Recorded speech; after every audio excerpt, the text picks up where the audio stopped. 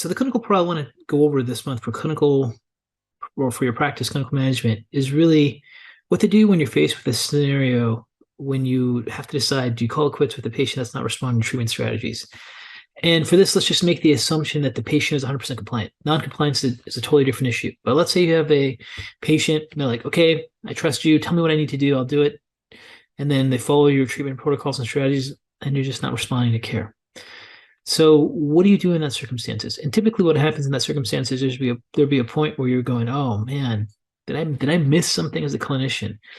And you should definitely think that because you could have missed something that's big. But if you really go through and go, yeah, we checked everything, we've done this, I think the diagnosis is right, they're just not responding to care. And then what will start to happen at that point is you'll start to feel uncomfortable having that patient in your office because you may not know what the next step is. And, what do you do when you're in that situation? So what I typically do with that situation is it's time for a talk. And I'll just let the patient know, listen, you're not really responding to treatment plans that we put together for you. I really think that diagnosis is correct. I really thought about other things that may possibly be a factor. And, let's talk about what the next step is. And then I just want to get an understanding of how they're feeling. Now, when you look at the reasons why someone may not respond to care, one reason a person may not respond to care is that you missed something. There's some mechanism you're clinically not aware of. A totally different approach may resolve the patient's outcomes that you don't know about and you know how to implement. So one of the thoughts is, do you refer out? And do you encourage second opinion? Do you encourage them seeing someone else? And that's definitely a discussion to have.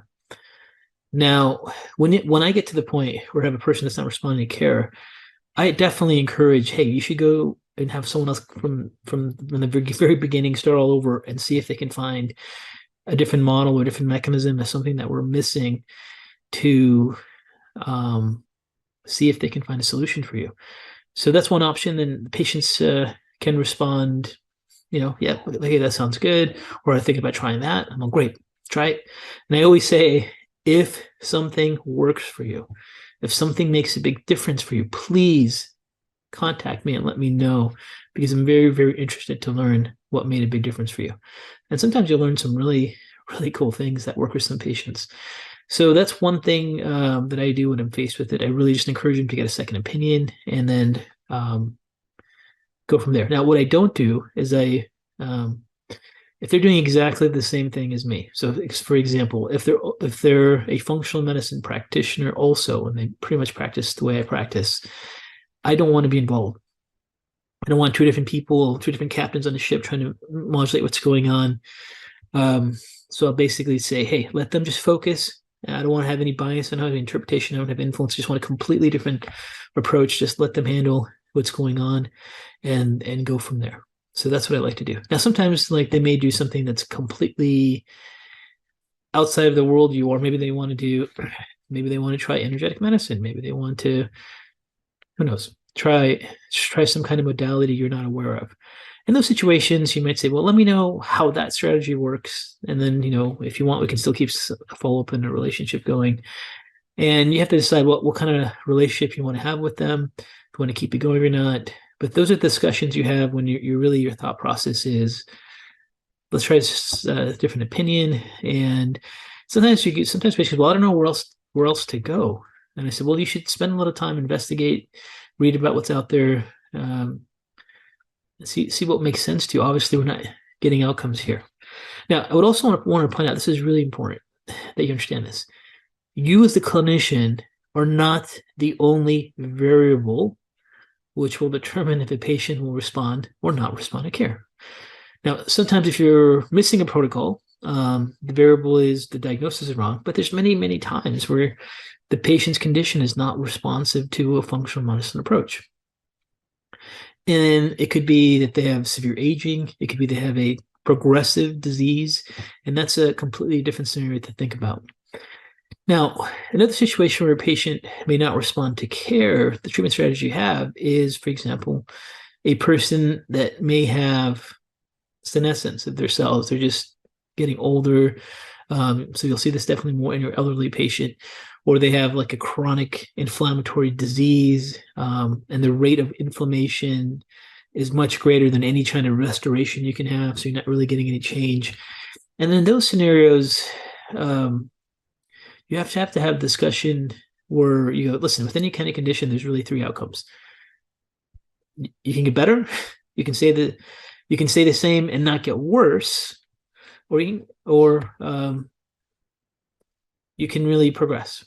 And based on certain conditions, like if you're working with any kind of neurodegenerative disease, if you're working with even people that have traumatic brain injuries or a period of time, they tend to get worse. So, and with autoimmune diseases, they tend to be flared up all the time, and they can definitely get worse.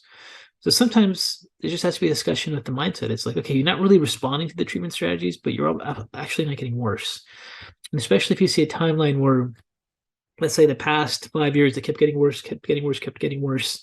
They have some minor response with the treatment strategies that you put together for them, but the past year, they haven't really gotten much worse. In those cases, you're like stabilizing their case, their mechanisms of their pathophysiology, and it's not a bad thing. But maybe the expectations from you are unrealistic. Maybe the expectations of the patient are realistic. And if someone has, for example, a chronic progressive inflammatory or uncurable disease like autoimmunity, maybe just keeping them stable to wherever they can be is still a clinical success. So you can say, hey, maybe you have a condition that is typically progressive. You have a condition that's been getting worse. You're able to get stable now. And maybe the focus is just trying to constantly optimize all the things we're finding. We want to optimize your microbiome. We want to optimize your nutrient status. We want to optimize your sleep. We want to optimize your immune function. So you can constantly evaluate and see where you are and decide what kind of strategies are appropriate and best for you, and constantly do that until you get stable.